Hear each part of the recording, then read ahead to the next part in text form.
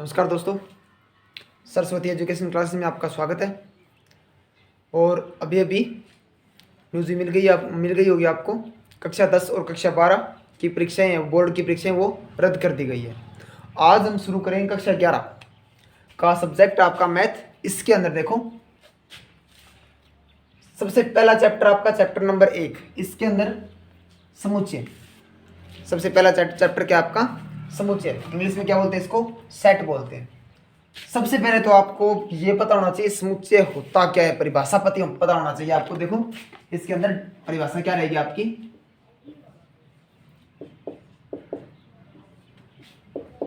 परिभाषा क्या रहेगी, वस्तुओं के सुपरिभाषित संग्रह। संग्रह मतलब कोई समूह हो गया आपका, ठीक है। वस्तुओं के सुपरिभाषित संग्रह, वस्तुओं के सुपरिभाषित संग्रह को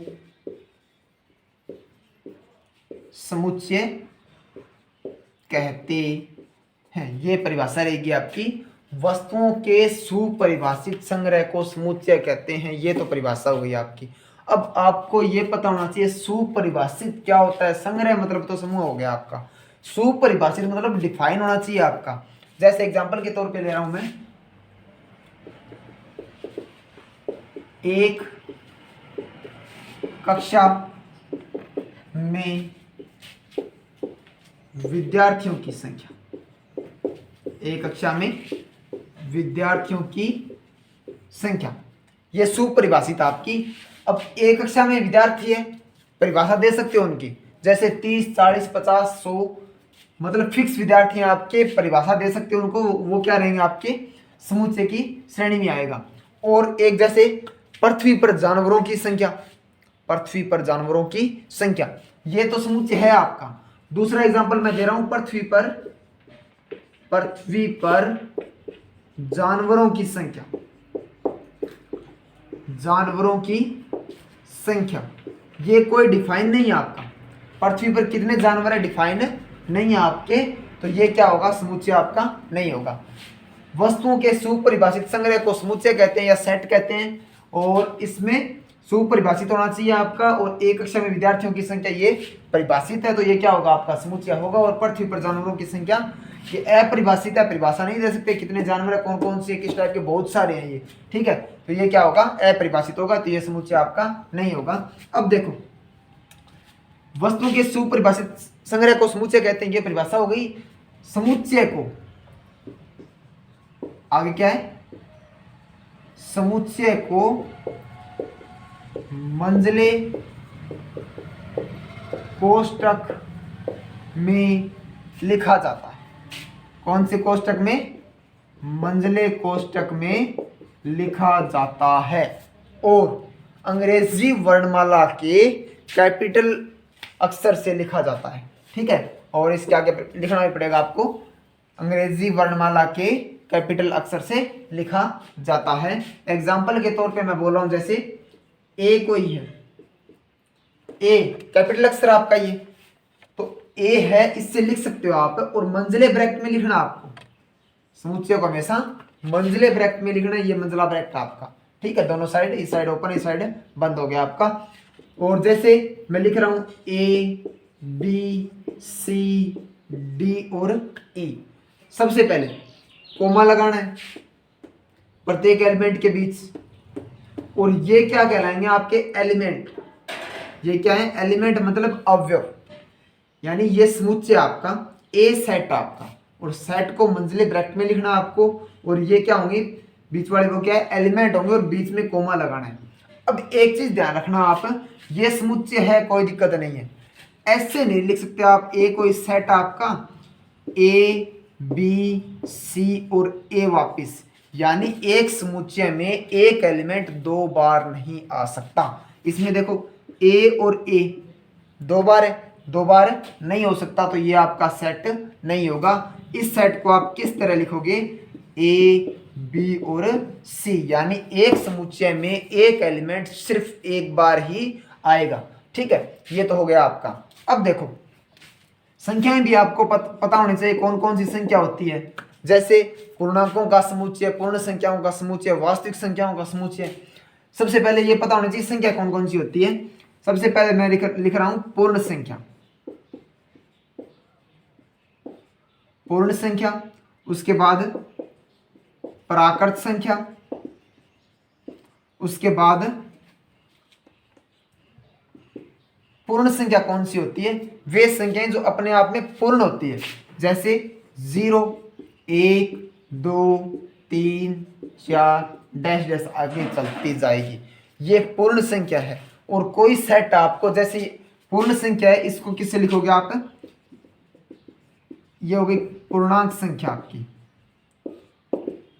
प्राकृत संख्या को n से, और ये क्या रहेगा आपका z इंटीजर पूर्णांक संख्या, और पूर्ण संख्या वोल नंबर w, ठीक है। और इसके अंदर पूर्णांक संख्या कौन सी होगी, 0 होगा आपका, +-1 +-2 +-3, और प्राकृत कौन सी होगी, 1, 2, 3, 4 डैश डैश, ठीक है। इस टाइप से पूर्ण संख्या कौन सी होगी, जो 0 से स्टार्ट होगी, 1, 2, 3, 4।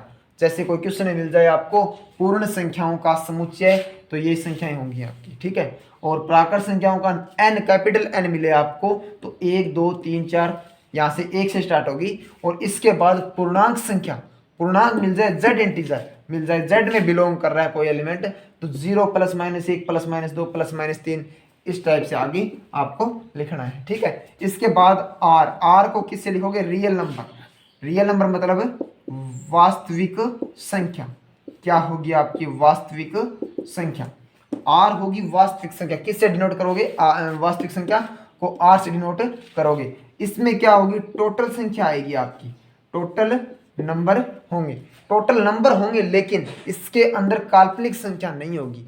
काल्पनिक का मतलब अंडर के अंदर माइनस वाली वो संख्या आपकी इसके अंदर विद्यमान नहीं होगी। टोटल नंबर होंगे लेकिन काल्पनिक संख्या नहीं होगी, काल्पनिक संख्या इसके अंदर नहीं होगी। पूर्ण संख्या होगी, 0 से स्टार्ट होगी, 1, 2, 3 आगे चलेगी। प्राकृत संख्या 1 से स्टार्ट होगी, 2, 3, 4 n से डिनोट करोगे। पूर्णांक संख्या को z से डिनोट करो, 0 +-1, यानी पूर्णांक का मतलब पूर्ण तो है लेकिन साथ में प्लस माइनस माइनस वाली भी है, ठीक है। और वास्तविक संख्या में क्या होगी, टोटल संख्या होगी आपकी। अब जैसे ये मिल जाए आपको, z+ मिल जाए तो क्या होगा आपका धनात्मक पूर्णांक, ठीक है। r+ मिल जाए तो धनात्मक वास्तविक संख्या, ठीक है। इसका मतलब z+ का मतलब क्या होगा, धनात्मक पूर्णांक, यानी सिर्फ प्लस वाली लेनी है इसके अंदर, ठीक है। और r+ का मतलब धनात्मक वास्तविक संख्या, ठीक है। और सम संख्या, विषम संख्या, ओड नंबर और इवन नंबर आपको पता ही होंगे। इसके बाद मैं नीचे लिख रहा हूं आगे, ये क्या होगी, सम संख्या, किससे, इवन नंबर। कौन से होते हैं, जो 2 से डिवाइड हो, 2, 4, 6 डैश डैश। इसके बाद विषम संख्या, ये भी आपको पता होगी, विषम संख्या क्या होगी, ओड नंबर। ओड नंबर कौन से होते हैं आपके, 1, 3, 5, 7 डैश डैश, इस टाइप से आगे जो 2 से डिवाइड आपके नए हो, ठीक है। ये ओड नंबर है और ये इवन नंबर है। अब एक भाज्य संख्या भी आपको पता होनी चाहिए। भाज्य संख्या कौन सी होती है, भाज्य संख्या, भाज्य संख्या कौन सी होगी आपकी, और एक होगी आपकी अभाज्य, अभाज्य संख्या। अब एक चीज देखो आप, भाज्य संख्या, जैसे भाज्य संख्या का मतलब क्या है, सबसे पहले तो आप ये याद रखना, एक है वो न तो भाज्य और न अभाज्य, एक है वो न तो भाज्य और न अभाज्य। 2 है, 2 आएगा, 2 के बाद क्या आएगा, 3, 3 के बाद क्या आएगा, 4, 4 के बाद 5, 6, 7, 8, 9 डैश डैश, इस टाइप की संख्या चलेगी आपकी। अब एक है वो न तो भाज्य और न अभाज्य। और भाज्य संख्या कौन सी होगी, वे संख्याएं जो खुद से डिवाइड हो, और खुद से डिवाइड के अलावा किसी और संख्या से भी क्या हो, डिवाइड हो पूरी पूरी। एक को चेक नहीं करना आपको, एक न भाज्य न अभाज्य।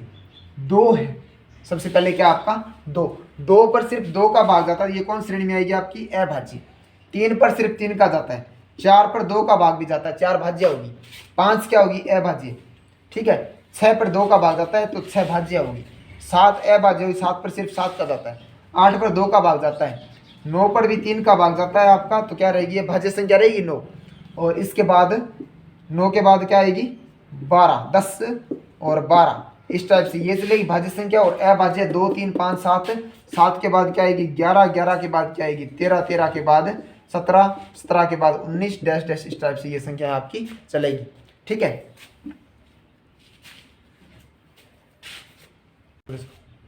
अब देखो हम आगे लिखेंगे समुच्चय को लिखने के प्रकार। समुच्चय को लिखने के प्रकार यानी कोई सेट है। सबसे पहले वस्तुओं के सुपरिभाषित संग्रह को समुच्चय कहते हैं। इसे मंझले कोष्ठक में और अंग्रेजी वर्णमाला के बड़े अक्षर से लिखा जाता है। और इसको समुच्चय को कितने प्रकार से हम लिख सकते हैं? समुच्चय को हम 2 प्रकार से लिख सकते हैं। ठीक है, पहला टाइप आपका कौन सा? रोस्टर रूप। कौन सा रूप है? रोस्टर रूप। और दूसरा है समुच्चय निर्माण रूप। समुच्चय निर्माण रूप, हम दोनों रूप पढ़ेंगे यहाँ पर। सबसे पहले आपका रोस्टर रूप और दूसरा है समुच्चय निर्माण रूप। क्वेश्चन में देखो आपको रोस्टर रूप दिया मिलेगा, समुच्चय निर्माण रूप बनाना पड़ेगा, या फिर समुच्चय निर्माण रूप दिया गया होगा आपको और रोस्टर रूप बनाना पड़ेगा। ये क्वेश्चन भी हो सकता है। इसके अंदर देखो सबसे पहला पार्ट मैं आपको बता रहा हूँ ये क्या होता है, रोस्टर रूप क्या होता है। रोस्टर रूप के अंदर देखो,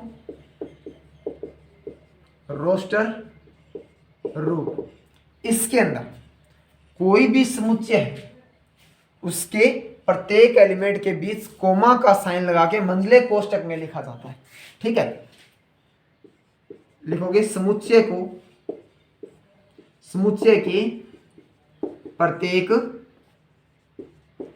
अवयव को मंझले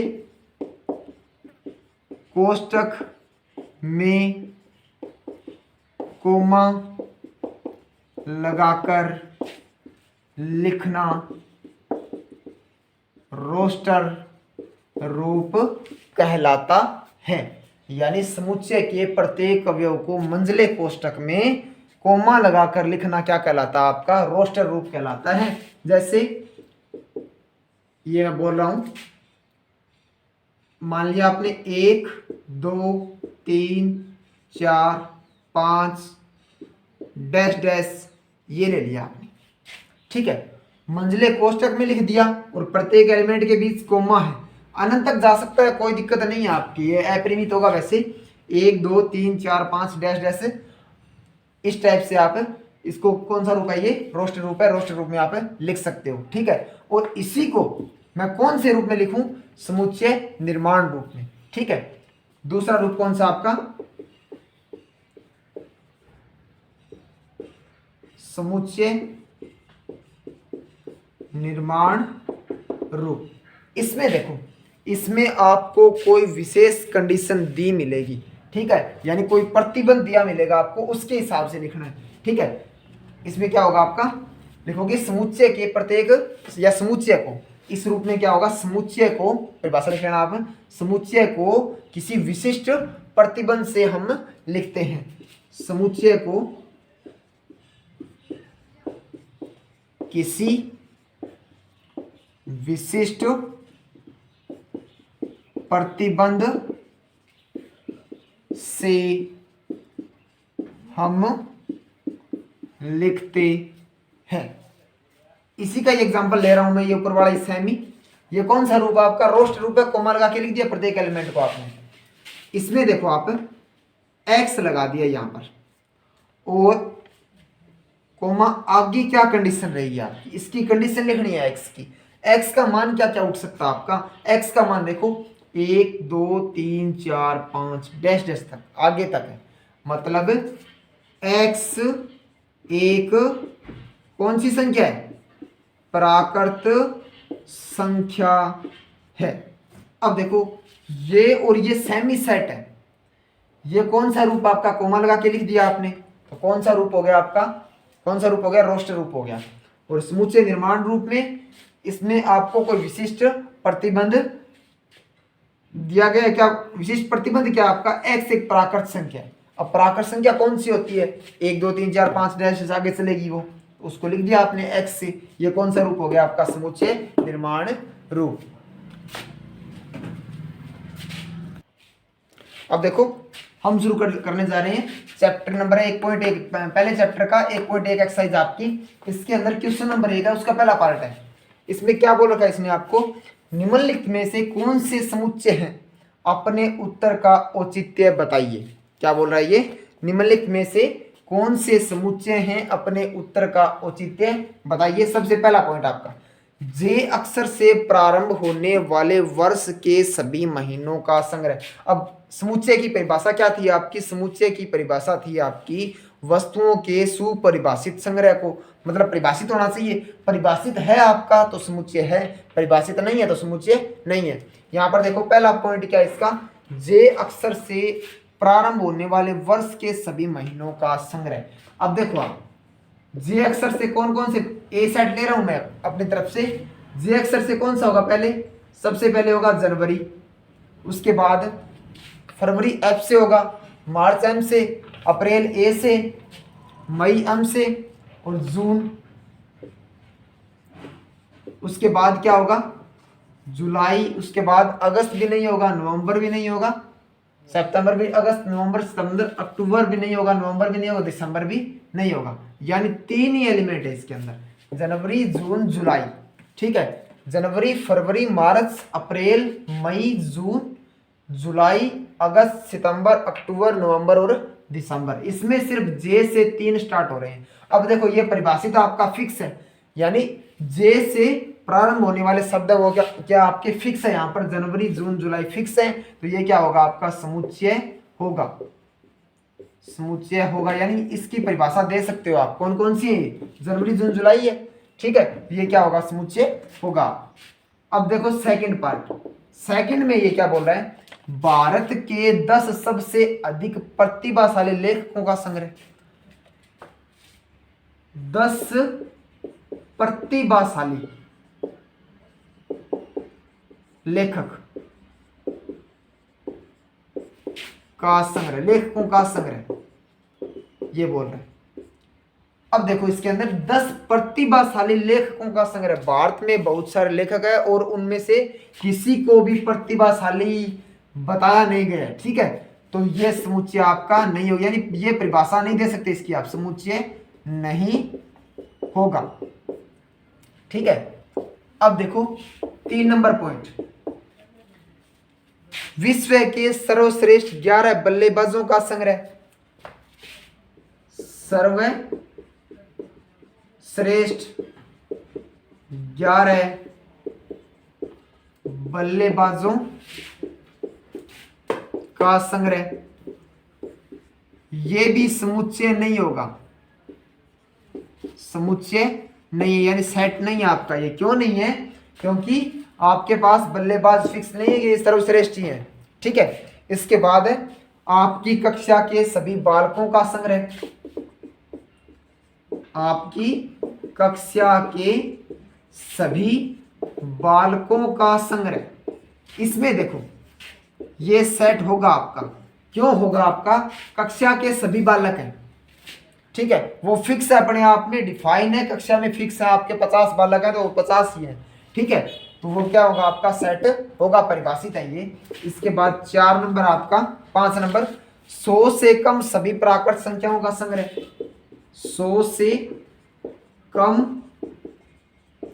प्राकृत संख्या का संग्रह। अब 100 से कम होनी चाहिए, 100 से कम प्राकृत संख्या स्टार्ट कहां से होती है, 1 से होती है, यानी 1 से लेकर कहां तक चलेगी, 99 तक चलेगी, और ये परिभाषित है, तो ये क्या होगा आपका सेट होगा, परिभाषित है 1 से लेकर 99 तक परिभाषित है आपकी, तो ये क्या होगा आपका सेट होगा। अब देखो 6 नंबर, लेखक प्रेमचंद द्वारा लिखित उपन्यासों का संग्रह। प्रेमचंद द्वारा लिखित उपन्यास, आपको पता है प्रेमचंद ने फिक्स उपन्यास लिखे थे, तो ये भी सेट होगा आपका, जैसे गोदान हुआ रंगभूमि, वैसे प्रेमचंद द्वारा लिखित उपन्यास फिक्स है आपके, तो ये क्या होगा सेट होगा। इसके बाद सभी सम पूर्णांकों का संग्रह, ये भी सेट होगा आपका। सम पूर्णांक फिक्स होते हैं आपके 2 4 6 8, ये दो सम पूर्णांक परिभाषित है आपके, जो 2 से डिवाइड हो, ये परिभाषा है उनकी, ठीक है। 2 से डिवाइड हो तो ये भी क्या होगा आपका समुच्चय होगा, यानी 7 नंबर है वो भी आपका सेट होगा। सभी सम पूर्णांकों का समुच्चय है 7 नंबर आपका। 8 नंबर है इस अध्याय में आने वाले प्रश्नों का संग्रह, ये भी फिक्स है आपका। इस अध्याय में 8 नंबर क्या बोल रहा है ये, इस अध्याय में आने वाले प्रश्नों का संग्रह। अध्याय में आने वाले प्रश्न फिक्स है आपके, जैसे 20 30 50 100 क्वेश्चन है वो फिक्स है आपके इस अध्याय में, वो ठीक है, वो क्या रहेंगे आपके सेट रहेंगे। विश्व के सबसे अधिक खतरनाक जानवरों का संग्रह, 9 नंबर है आपका खतरनाक जानवर। खतरनाक जानवर वो भी विश्व के, आपको पता नहीं विश्व में बहुत सारे जानवर हो सकते हैं, ठीक है, जैसे सांप है, इसमें फिक्स जानवर आपके पास नहीं है तो ये सेट आपका नहीं होगा, ठीक है, कोई परिभाषा आप इनकी नहीं दे सकते, ठीक है। अब देखो क्वेश्चन नंबर आपका है 2, इसके अंदर एक सेट दे रखा आपको ए, 1 2 3 4 5 6 एलिमेंट है इसके अंदर, और आपको ये वाले साइन लगाने हैं इसमें।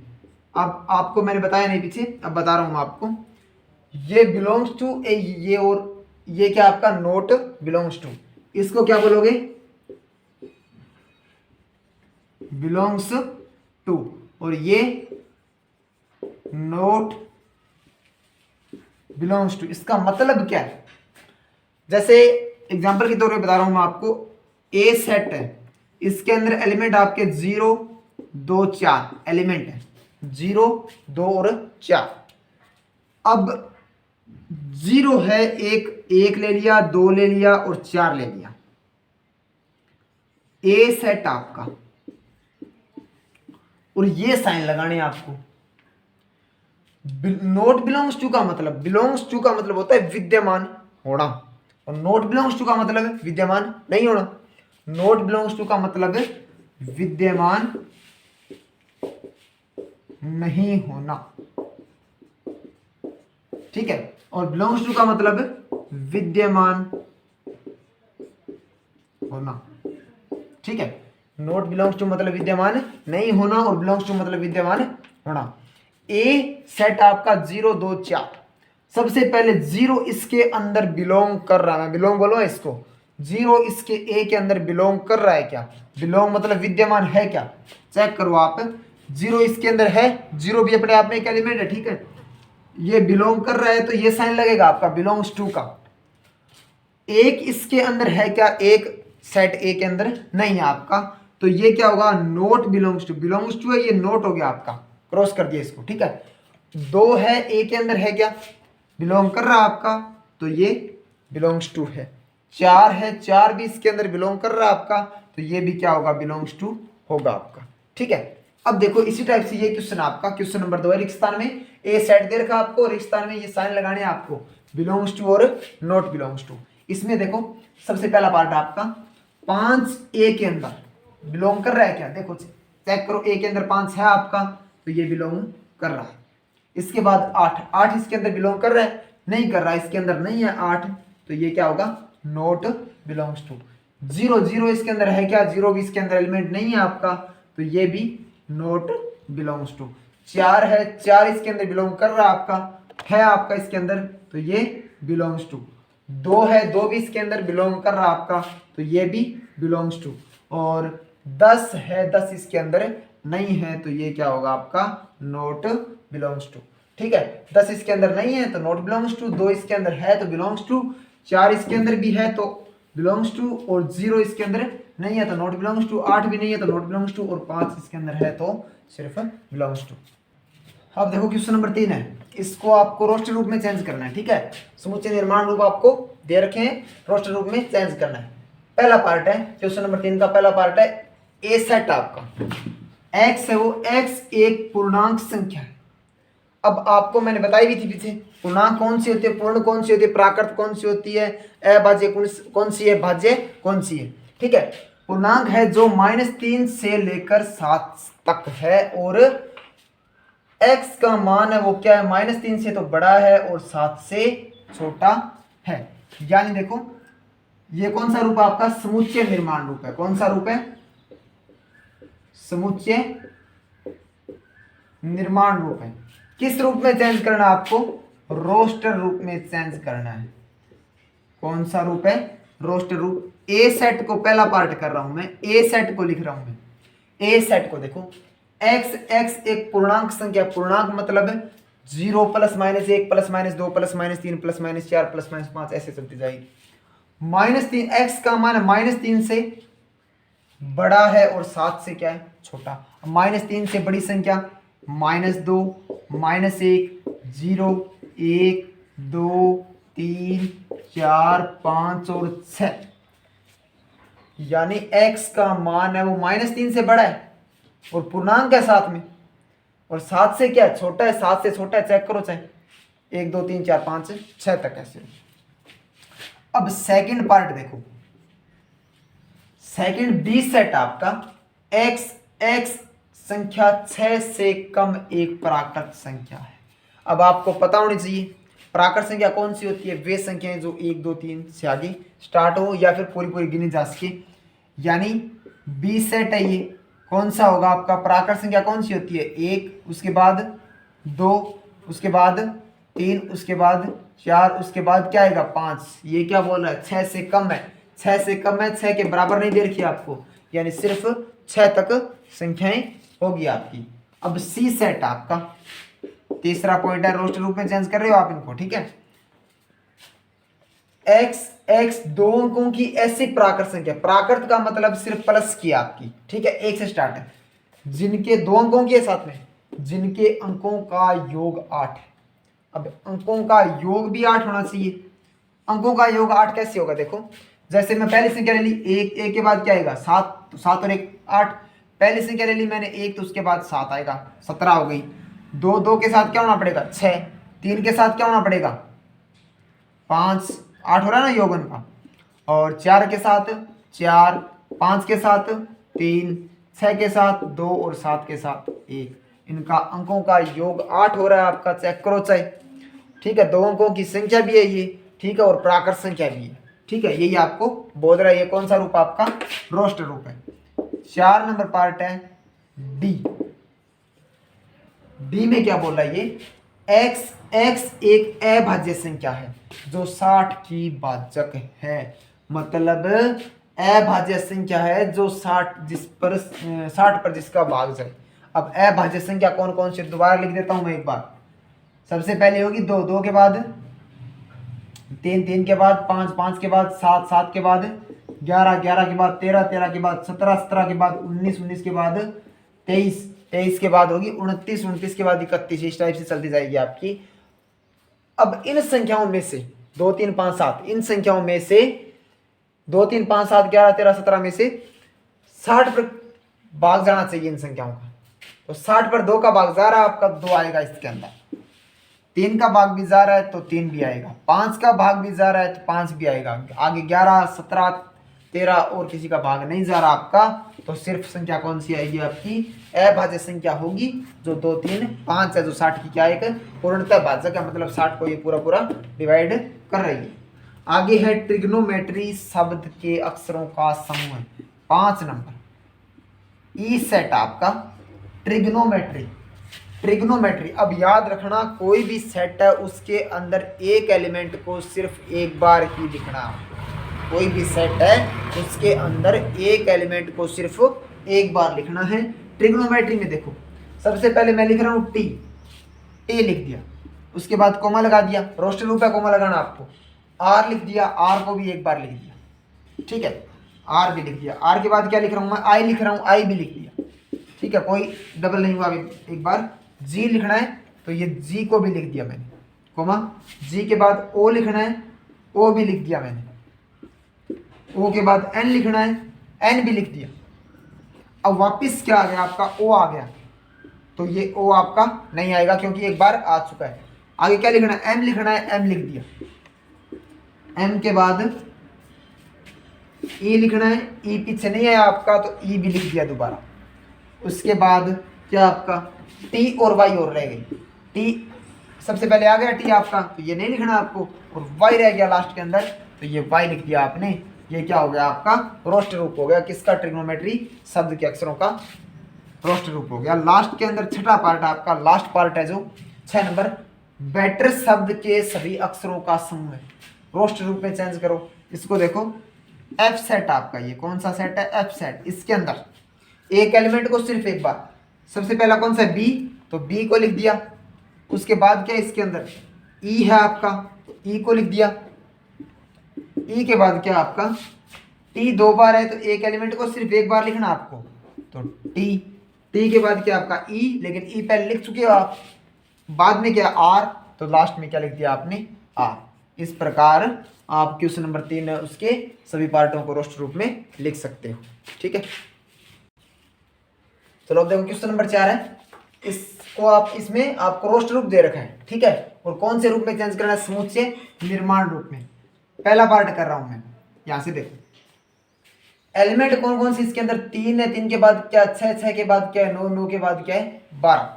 ठीक है, ए सेट उठा लिया मैंने, इसको क्या लिख दिया मैंने, 3x लिख दिया, क्योंकि ये 3 का गुणज है पूरा।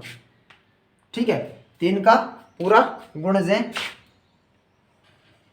x एक कौन सी संख्या है, प्राकृत संख्या है। प्राकृत है मतलब प्लस की है, प्राकृत जीरो भी नहीं है इसके अंदर। तथा x का मान कहां से कहां तक है, 1 से less than equal to x less than equal to 4, यानी x का मान क्या बोला, देखो इस सेट से वापस यही आएगा आपका 3x। x एक प्राकृत संख्या है, तथा 1 less than equal to x less than equal to 4, मतलब x का मान 1 से लेकर 4 तक, 1 से लेकर 1 भी शामिल है 4 भी शामिल है। सबसे पहले आपने 1 रख दिया इसके अंदर, 3 का 3, तो 3 पहला एलिमेंट आ रहा है। उसके बाद 2 रख दिया, 3 दूगा 6 दूसरा आ रहा है, 3 रख दिया 3 दिया 9 तीसरा आ रहा है, और 4 रख दिया 3 चौके 12 चौथा एलिमेंट आ रहा है। ये कौन सा रूप होगा आपका, समुच्चय निर्माण रूप। अब सेकंड है आपका बी पार्ट। इसके अंदर देखो 2 4 8 16 32, सोचो इस एक बार ये क्या है, 2 2 के बाद 4 4 के बाद 8। ठीक है, मतलब पावर बढ़ रही, किसकी पावर बढ़ रही, 2 की पावर 1 2 की पावर 2 2 की पावर 3 2 की पावर 4 2 की पावर 5, यानी क्या लिख सकते हो आप इसको, 2 की पावर x लिख सकते हो। ठीक है, और x एक कौन सी संख्या है, x एक प्राकृत संख्या है, तथा x का मान 1 less than equal to x less than equal to 5 है की बात, मतलब x का मान एक बार 1 रखो 2 की पावर 1 2, 2 रखो 2 की पावर 2 4, 3 रखो 2 की पावर 3 8, 4 रखो 2 की पावर 4 16, 5 रखो 2 की पावर 5 32, मतलब ये कौन सा रूप हो गया इसका, समुच्चय निर्माण रूप। अब 3 नंबर पार्ट है, इसके अंदर क्या है, सी सेट आपका 5 25 125 से 125।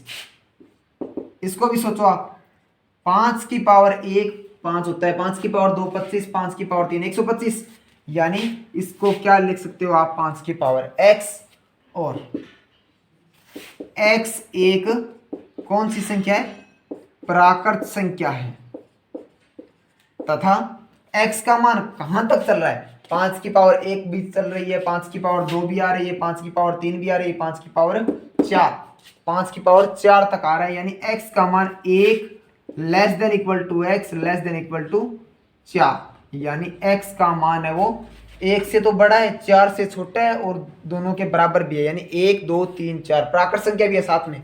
ठीक है, प्राकृत संख्या लिखना जरूरी है आपको, क्योंकि फिक्स संख्या आपकी है। अब 4 नंबर पार्ट है डी सेट आपका, 2 4 6 डैश डैश आगे दे रखा आपको 2 4 6। अब सोचो आप एक बार आप, 2 4 6 कौन सी संख्या है, ये सम संख्या है, तो x एक कौन सी संख्या है, सम संख्या है। ठीक है, सम संख्या आ रही है आपकी 1 4 9 डैश डैश 100। इसमें देखो आप 5 में ई सेट आपका, ई सेट ले रहा हूं इसको मैं, 1 4 9 डैश डैश 100, क्या संबंध है इनमें, देखो 1 4 9 डैश 100 में संबंध क्या है? एक की स्क्वायर है, 4 किसकी स्क्वायर है? 2 की, 9 किसकी स्क्वायर है? 3 की, 4 की स्क्वायर, 5 की स्क्वायर, 6 की स्क्वायर, 7 की स्क्वायर, 10 की स्क्वायर लास्ट के अंदर, मतलब स्क्वायर है। किसकी स्क्वायर है ये? आपने मान ली x की स्क्वायर है ये, ठीक है। और x एक प्राकृत संख्या है। कौन सी संख्या है? प्राकृत संख्या है तथा x का मान कहां से कहां तक है? x less than equal to 1 less than equal to x less than equal to 10, मतलब x का मान 1 से लेकर 10 तक है। 1 भी शामिल है, 10 भी शामिल है। x का मान 1 रखोगे तो 1 की स्क्वायर 1, 2 रखोगे 2 की स्क्वायर 4, 3 रखोगे 3 की स्क्वायर 9, आगे चलोगे लास्ट में क्या रखना आपको? 10 रखना है, 10 की स्क्वायर 100, ठीक है। तो ये आपका रोस्टर रूप हो गया और ये कौन सा रूप हो गया? आपका समुच्चय निर्माण, ठीक है। चलो चलो देखो क्वेश्चन नंबर है 5। इसके अंदर अवयवों को सूचीबद्ध करना है, यानी ए सेट है पहला आपका। x एक विषम प्राकृत संख्या है। आंसर में देखो पहला पार्ट कर रहा हूं, ठीक है। x एक विषम प्राकृत संख्या है। विषम प्राकृत संख्या है मतलब विषम भी होनी चाहिए और प्राकृत भी होनी चाहिए। प्राकृत कौन सी होती है? 1 2 3 4 5, और विषम भी होनी चाहिए, मतलब सम संख्या नहीं होनी चाहिए आपकी, यानी 1 रहेगी सिर्फ, 2 नहीं हो सकती, 3 होगी, 3 के बाद 4 नहीं होगी क्योंकि वो सम है, 5 के बाद 6 नहीं होगी, 6 के बाद क्या होगी? 7 के बाद 9 डैश डैश, आगे आपको पता नहीं कहां तक है, ठीक है। 1 3 5 7 9 डैश डैश। सेकंड पार्ट आपका x एक पूर्णांक है। पूर्णांक मतलब पूरी संख्या, माइनस वाली भी है प्लस वाली भी है, लेकिन कंडीशन दे रखी है आपको, x का मान है वो -1/2 से बड़ा है और 9/2 से क्या है? छोटा है। -1/2 से बड़ी संख्या क्या होगी आपकी? -1/2 से बड़ी संख्या होगी आपकी 0, ठीक है। -1/2 से बड़ी संख्या प्लस माइनस की 1 नहीं होगी आपकी, 0 होगी। पूर्णांक है वो 0 में, 0 भी पूर्णांक में शामिल है आपका।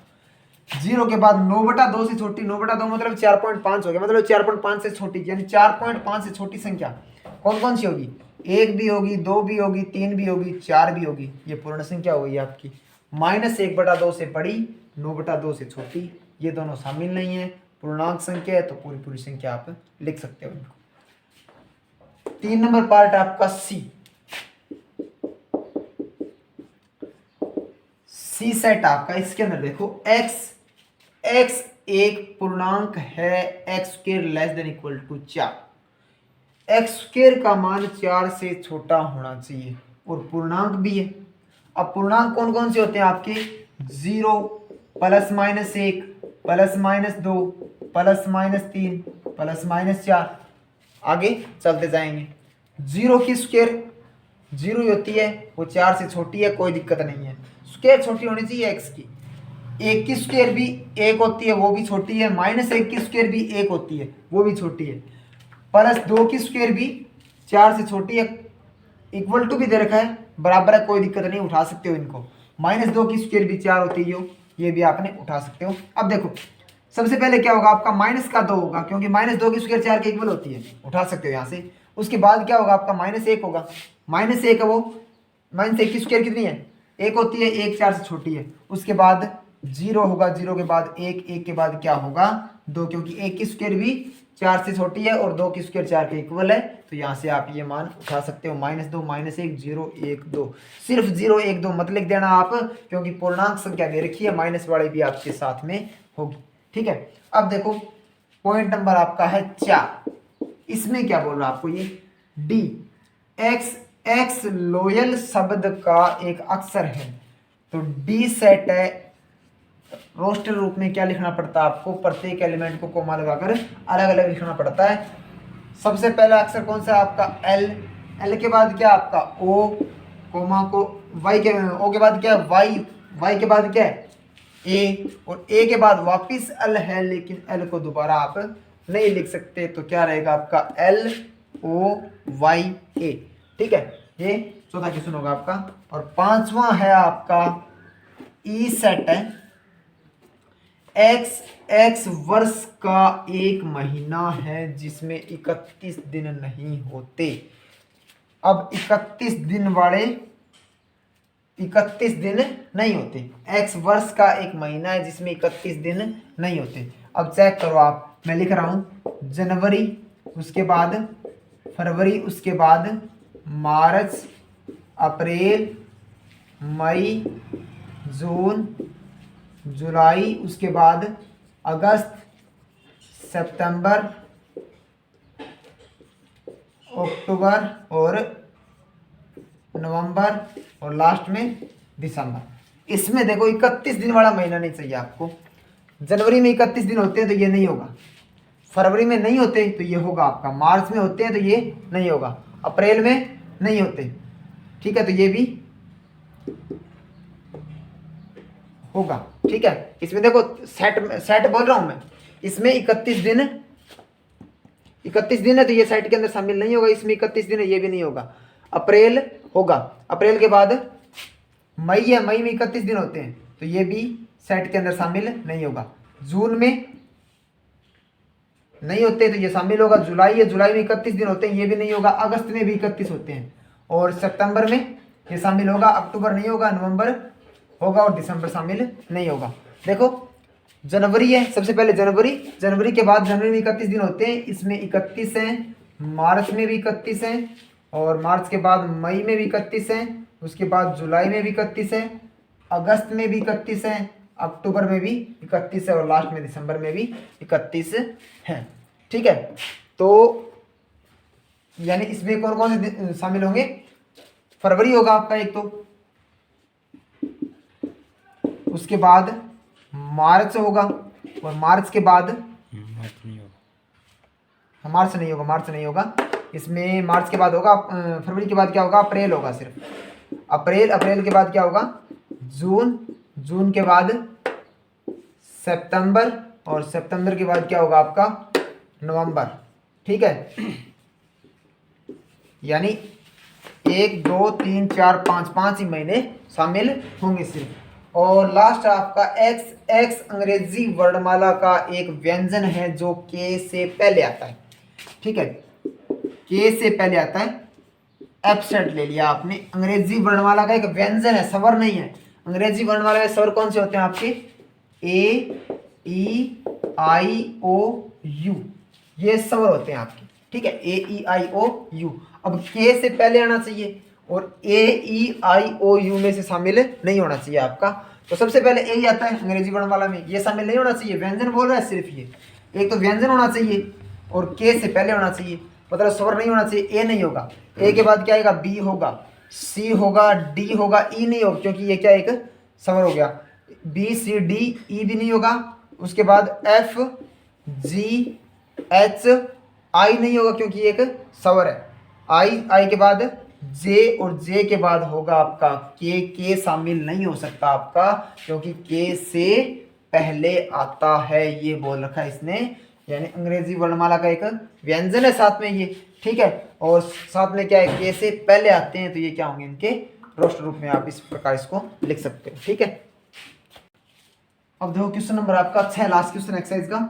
इसके अंदर क्या बोल रहा है? पहला सेट आपको सुमेलित करना है इसके अंदर, ठीक है। ये रोस्टर रूप है और ये समुच्चय निर्माण रूप है। सुमेलित करना, आपस में मिलाना है इनको, ठीक है। कौन कौन सा सेट किस किस में मैच कर रहा है?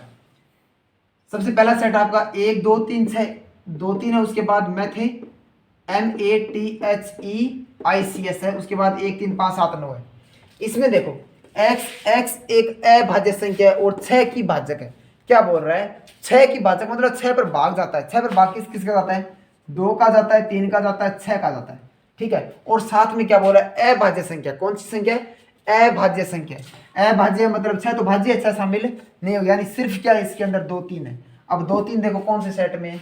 2 3 इसमें है, सिर्फ 2 3 इसमें है, तो आपने इस सेट को इस सेट से मिला दिया, ठीक है। अब देखो उसके बाद है आगे वाला x 10 से कम एक प्राकृत संख्या है। 10 से कम एक विषम प्राकृत संख्या। कौन संख्या? विषम आएगा यहां पर। 10 से कम एक विषम प्राकृत संख्या। 10 से कम है मतलब 1 2 3 4 5 6 7 8 9 तक है, और विषम है मतलब क्या रहेगी? सिर्फ आपकी 1 2 3 4 5 6 टोटल है ये तो 7 8 9 तक। लेकिन विषम बोल रहा है तो 2 भी नहीं होगी, यानी 1 होगा, 3 होगा, 5 होगा, 7 होगा, 9 होगा। 1 3 5 7 9 यानी बी किस में सम्मिलित होगा आपका? फोर्थ पार्ट में सम्मिलित होगा। उसके बाद क्या बोला ये? x एक प्राकृत संख्या है और 6 की भाजक है। प्राकृत संख्या भी है और 6 की भाजक है। मतलब प्राकृत संख्या मतलब 1 2 3 4 5 6 में शामिल है और 6 की भाजक मतलब 6 पर भाग जाना चाहिए।